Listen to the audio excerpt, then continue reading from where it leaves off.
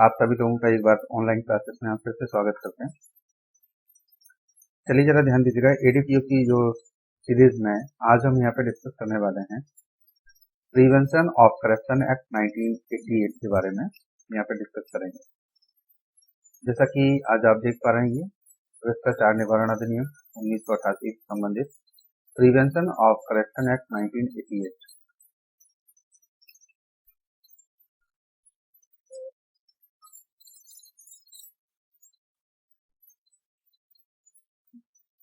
देखिए जरा ध्यान दीजिएगा।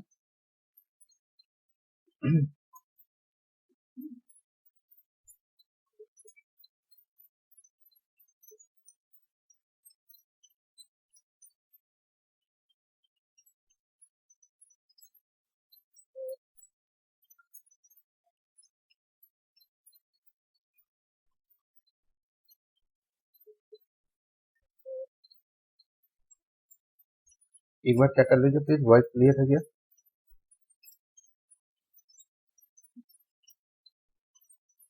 Voice okay. चलिए जरा ध्यान दीजिएगा।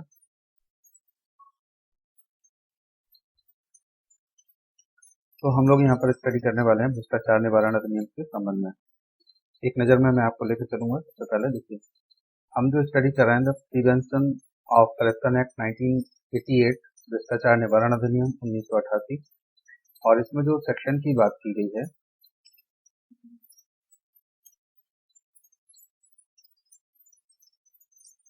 चैप्टर इसमें 1 से लेकर के 5 तक दिए, 5 चैप्टर में डिवाइड किया गया है, और जो सेक्शन है 1 से लेकर के 31 तक यहाँ पे डिफाइन किए गए। तो चलिए सबसे पहले हम यहाँ पे चैप्टर देख लेते हैं कौन कौन से। यहाँ प्रिलिमिनरी की अगर हम बात करते हैं तो प्रिलिमिनरी प्रारंभिक पर आप यहाँ पे ध्यान देंगे, सेक्शन 1 से लेकर के 2 तक केवल डिफाइन किया गया। और चैप्टर 2 जो है वो रिलेटेड है अपॉइंटमेंट ऑफ स्पेशल जजेस, विशेष न्यायाधीशों की नियुक्ति से संबंधित, जो कि सेक्शन 3 से लेकर के 6 तक डिफाइन किया गया। चैप्टर 3 पर एक नजर डालिए, ये रिलेटेड है ऑफेंस एंड पेनल्टीज पर, अपराध और शास्तियों से रिलेटेड, जो कि सेक्शन 7 से लेकर के 16 तक ये डिफाइन किए गए। नेक्स्ट यहाँ पे नजर डालिए चैप्टर 4 पर।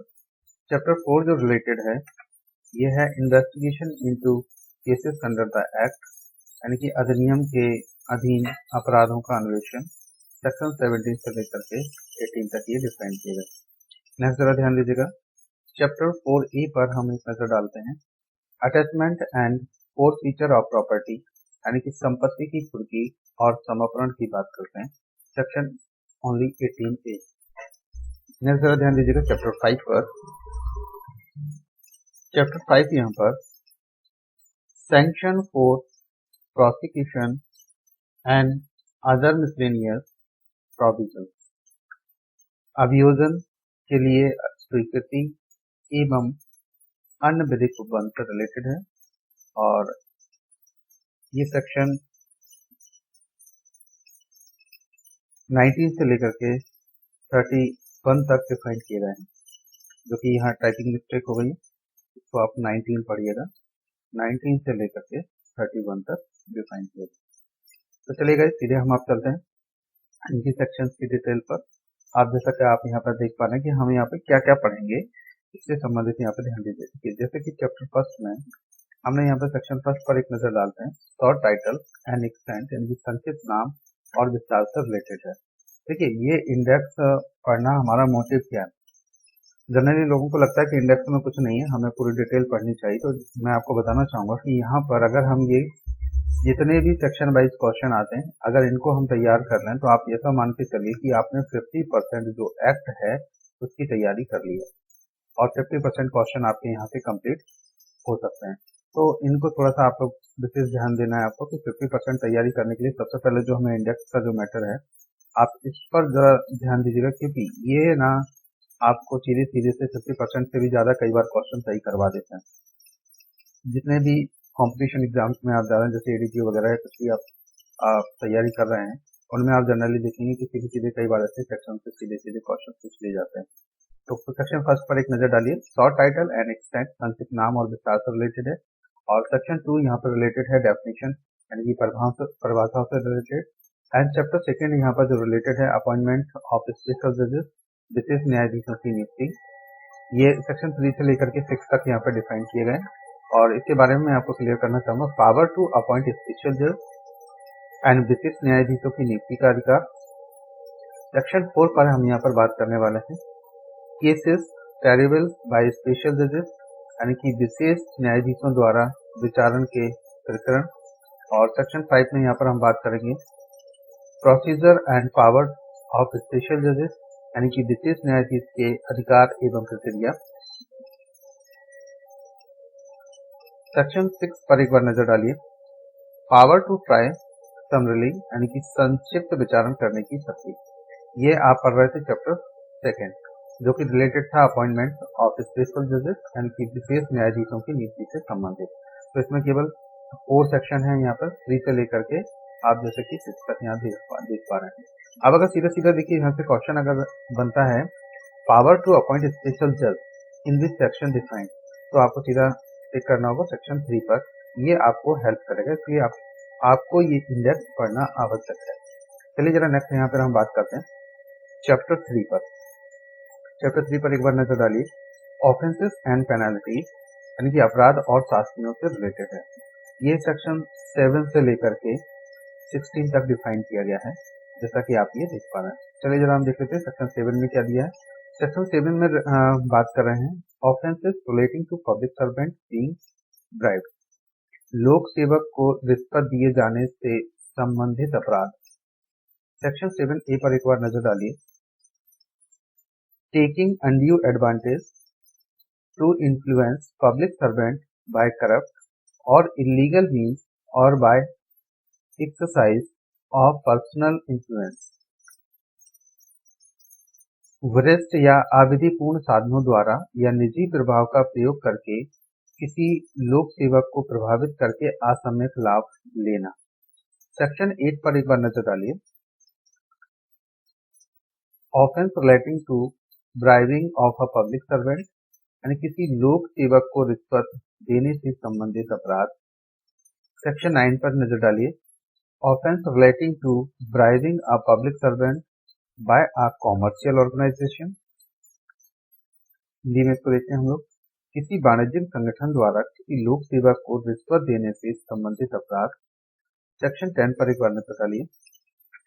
सेक्शन 10 जो रिलेटेड है person in charge of commercial organisation to be guilty of offence, वाणिज्यिक संगठन के भार साधक व्यक्ति का अपराध का दोषी होना। सेक्शन 11 पर एक बार नजर डालिए। Public servant obtaining undue advantage without consideration from person concern in proceeding or business transacted by such public servant, लोक सेवक जो ऐसे सेवक द्वारा की गई प्रक्रिया कारोबार से संपर्क व्यक्ति से प्रतिफल के बिना सम्यक लाभ अभिप्राप्त करता है। सेक्शन 12 पर एक बार नजर डालिए।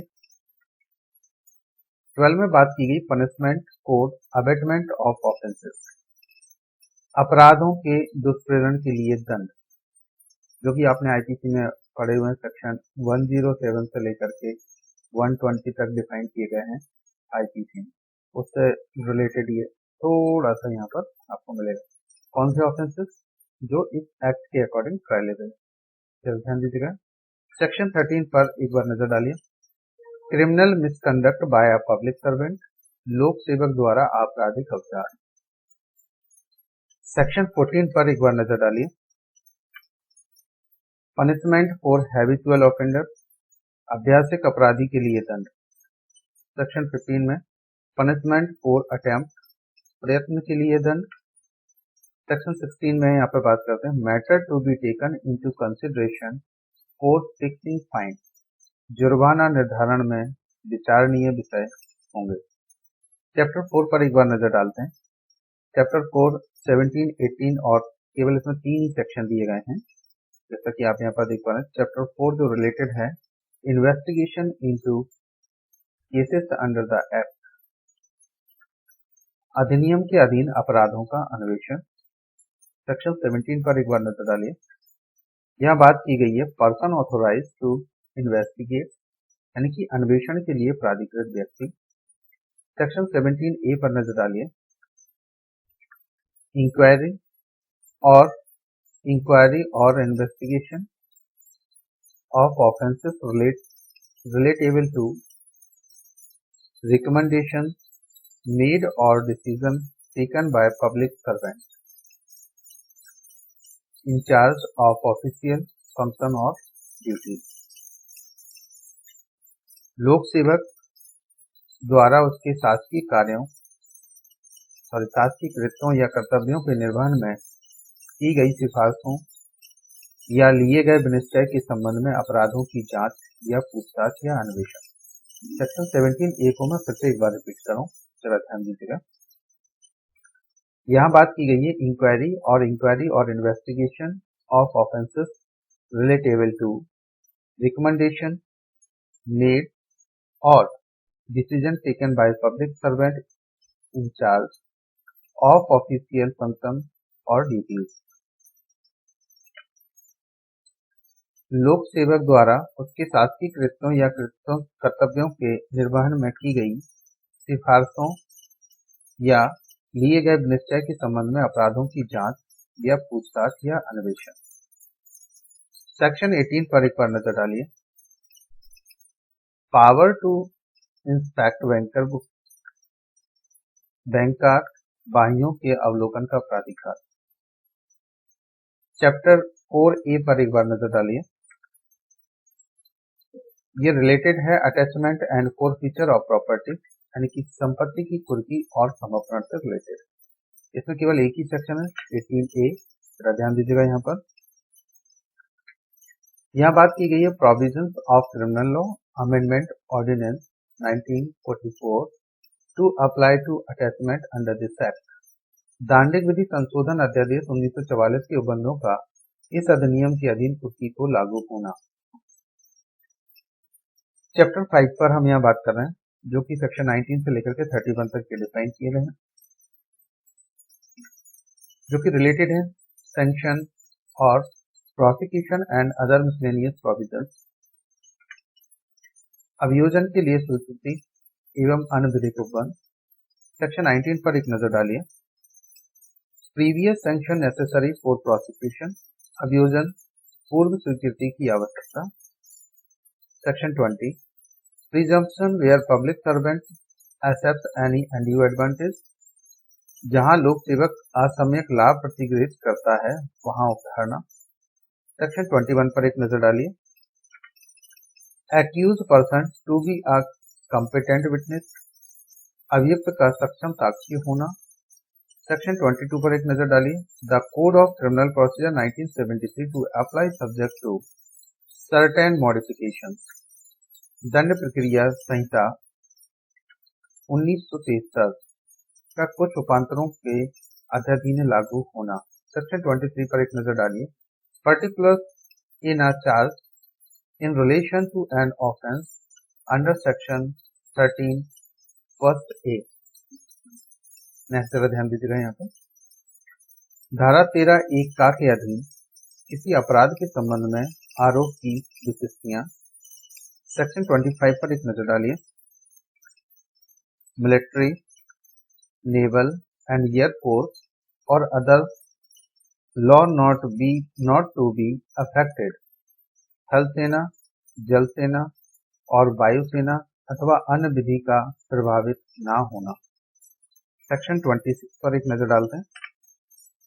स्पेशल जजेस appointed under act 16 of 1952 to be a special judges appointed under this act। 1952 के अधिनियम क्रमांक 46 के अधीन नियुक्त विशेष न्यायाधीश का इस अधिनियम के अधीन भी विशेष न्यायाधीश होना। सेक्शन 27 पर नजर डालिए। अपील एंड रिविजन की बात की गई है, अपील एवं पुनरीक्षण की। सेक्शन 28 पर एक नजर डालिए।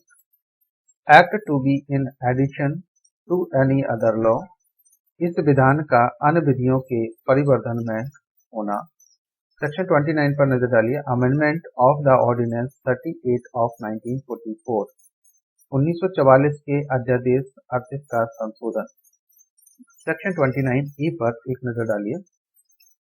यहाँ बात की गई पावर टू मेक रूल्स यानी कि नियम बनाने की शक्ति। सेक्शन 30 रिपील एंड सेविंग, निरसन और व्यवस्था की बात करता है। Section 31 omission of certain section of act 45 of 1860 यानी 1860 के अधिनियम 45 की कुछ धाराओं का लोप, जैसे कि इसको आईपीसी कहा जाता है। चलिए जरा ध्यान दीजिएगा, ये इसका एक शॉर्ट व्यू था जो आपने अभी जस्ट देखा, केवल सेक्शन याद करने के पॉइंट ऑफ व्यू से। बाकी की डिटेल हम यहाँ पे नेक्स्ट आने वाली क्लासेस में पढ़ेंगे। तो यहाँ पे एक बार नजर डालिए जल्दी से। देखिए ये जो चैप्टर 5 थे इससे रिलेटेड, हम मिलते हैं नेक्स्ट वीडियो में, तब तक के लिए बाय बाय।